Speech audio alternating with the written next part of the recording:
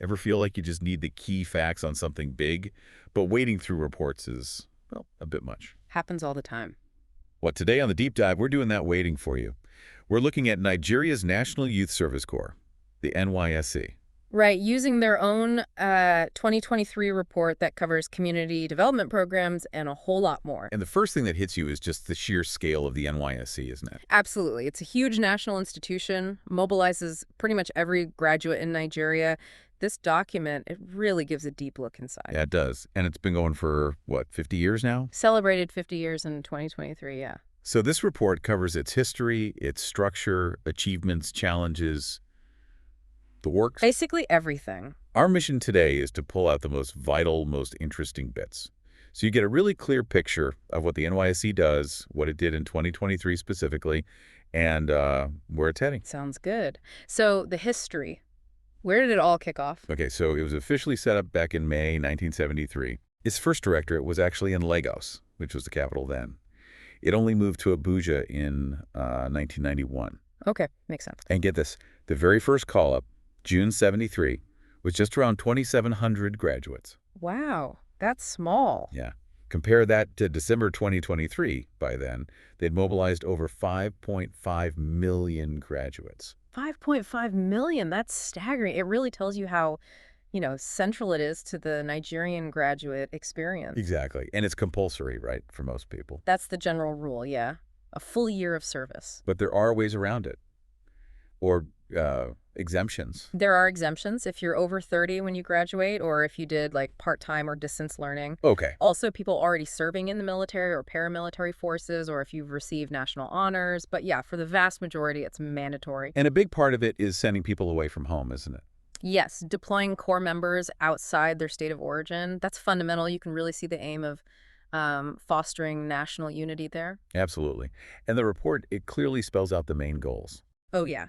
The mission statement focuses on national unity, sustainable development, also promoting self-reliance in youth and preparing them for leadership roles. And they have guiding principles for that. Core values, yeah. Things like selfless service, patriotism, integrity, efficiency, commitment, and teamwork. They even have their own anthem and pledge, apparently. Yeah, I do. It all helps build that sense of, shared purpose and identity for the core members. It sounds incredibly organized. How does it actually function, like, structurally? Well, you've got the main director at headquarters in Abuja. The report even lists, like, the full address, phone number, website, social media handles. The lot. Useful if you want to dig deeper. Definitely. And under that main HQ, there's a whole network of departments, each handling specific tasks. Okay, maybe we can touch on some of the key ones. What do they do? Sure. Let's start with Planning, Research, and Statistics, PRS. Sounds like the brains of the operation. You could say that.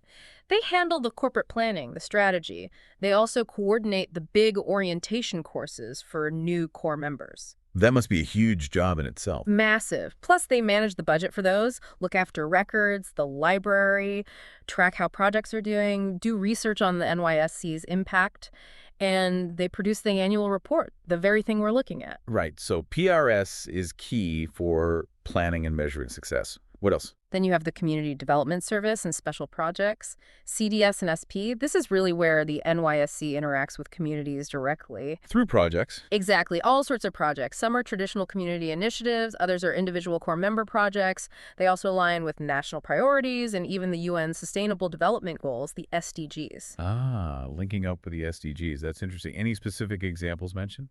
Yeah, they highlight an NYSC SDGs project called War Against Poverty and collaborations like Engineering Express, Clean Nigeria campaign. They're even working with the National Center for Artificial Intelligence and Robotics. Wow, so quite diverse. AI and robotics, too. Shows they're trying to stay relevant, engaging across different sectors. Okay, so that's community impact. What about looking after the core members themselves, their welfare, health? That's crucial. It falls under the Core Welfare and Health Services Department. Makes sense. Their job is monitoring the core members, making sure they're safe and healthy. They also help coordinate their involvement in things like national elections with INS, the electoral body. Right, I remember seeing core members helping out during elections. Yeah, that's them. They also manage the President's NYSC Honors Award for Outstanding Core Members, handle discipline issues, sort out insurance cover. Insurance is important. Vary through the National Health Insurance Authority and a private company. They also have a distress call system and investigate issues when core members need help. Is there anything specific on the health side? Yes, they mention the Health Initiative for Rural Dwellers, HIRD, basically using core members, particularly medical personnel, to provide healthcare in underserved rural areas. That's a great initiative, using their skills directly. Definitely. So while focusing on national goals, they're also providing support and a safety net for the young people involved. Okay, so they're supported during service. What about afterwards? Getting them ready for the job market or starting businesses? That's a big one. The Skill Acquisition and Entrepreneurship Development Department, SAED. SAED. Got it. Their whole focus is building self-reliance. They provide skills training during the service year. What kind of skills? All sorts, really. Trades, digital skills, business management, and crucially, they partner with banks and foundations to help core members access funding, like grants or loans, to start their own businesses. Which banks are involved? The report mentions Access Bank, Bank of Industry, Wema Bank, Polaris, Unity Bank, also foundations like the British American Tobacco Nigeria Foundation and NNPC Foundation. They've even set up a jobs portal. That sounds really impactful. Do we know how many get involved? The numbers are impressive. In 2023 alone, they said over 325,000 core members went through the SAED in-camp sensitization program. 325,000. That's huge potential for youth employment and entrepreneurship. Absolutely. It positions the NYSC as a real engine for economic empowerment, potentially. Does the NYSC itself run any businesses? Like to generate revenue? It does, yeah. That's under the Ventures Management Department. What do they run?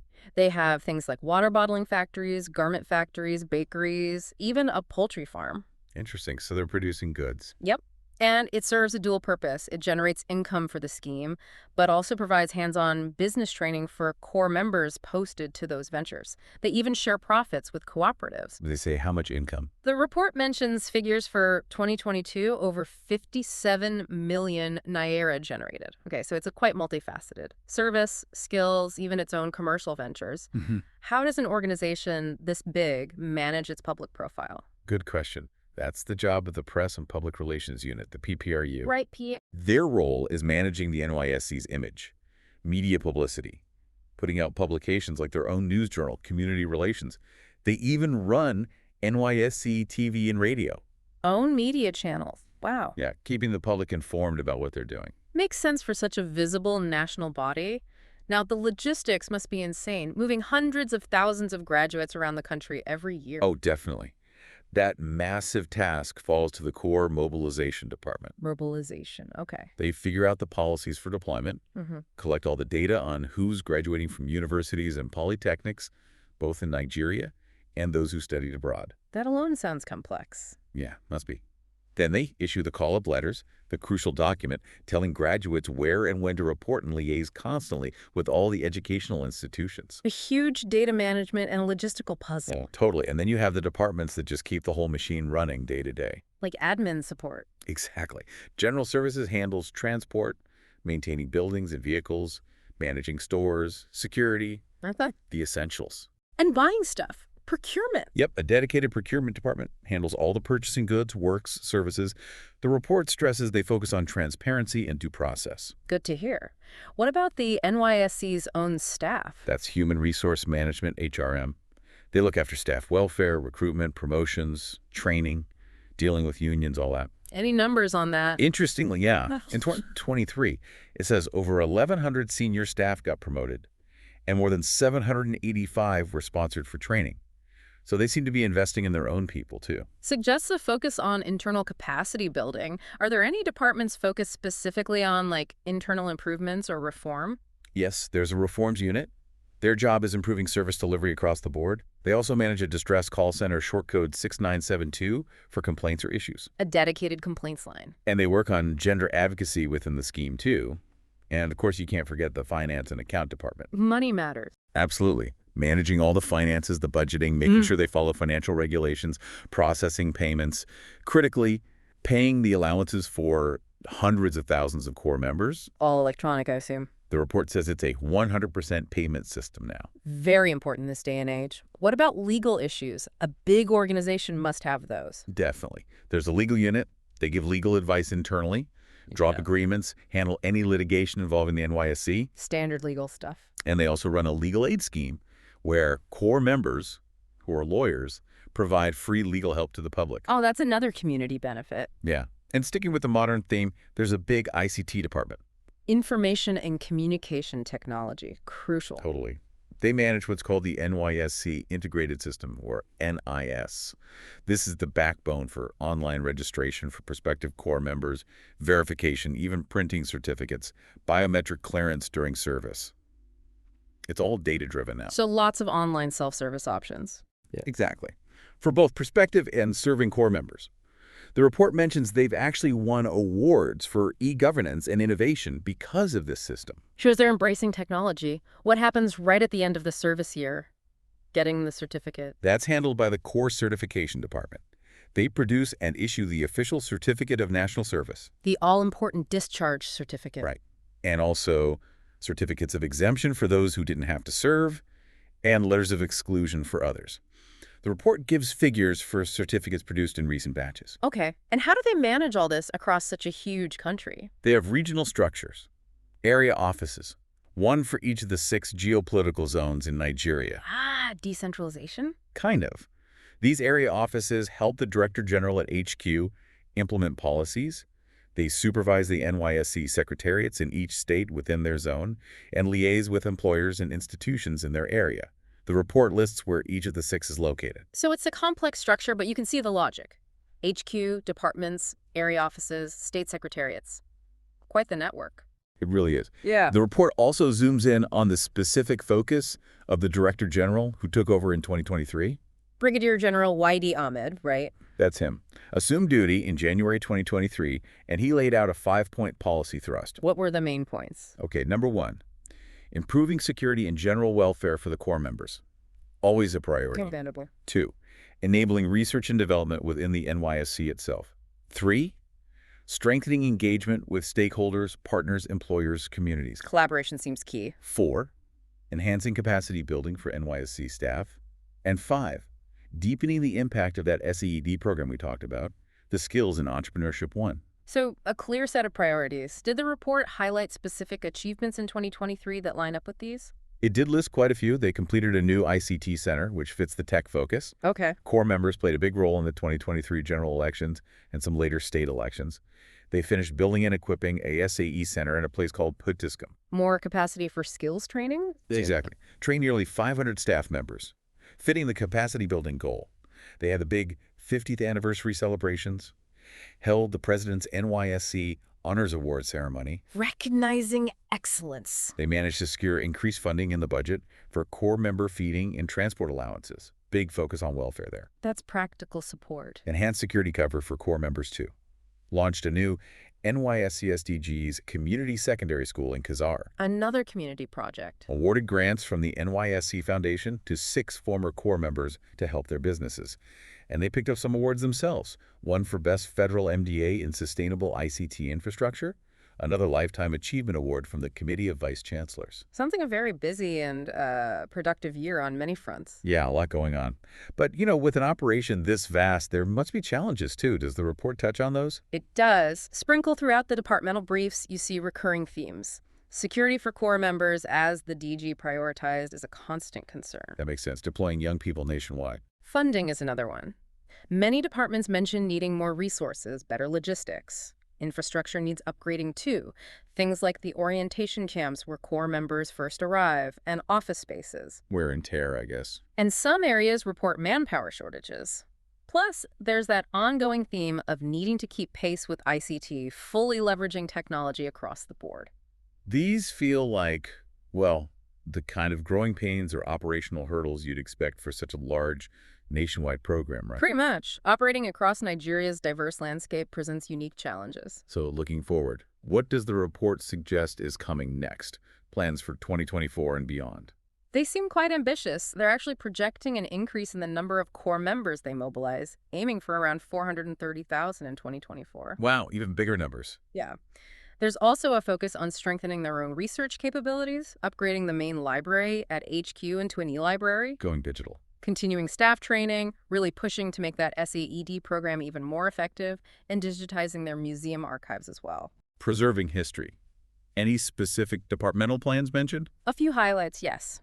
They're looking to finally implement a graduate entrepreneurship fund with the Bank of Industry, which sounds like a big step for SAED. More funding for young entrepreneurs. Getting new skill acquisition centers fully operational, reviewing the manual used by their field inspectors, trying to revive partnerships that might have lapsed, Rebuilding bridges. expanding the production capacity of those NYSC ventures, the factories and farms, and aiming for full digitization of all their personnel records. So it really sounds like a drive towards more efficiency, more impact, and leveraging technology further. Yeah, a sense of continuous improvement, adapting to the times. Definitely. So as we kind of wrap up this deep dive, what are the main things that stand out for you, for our listeners?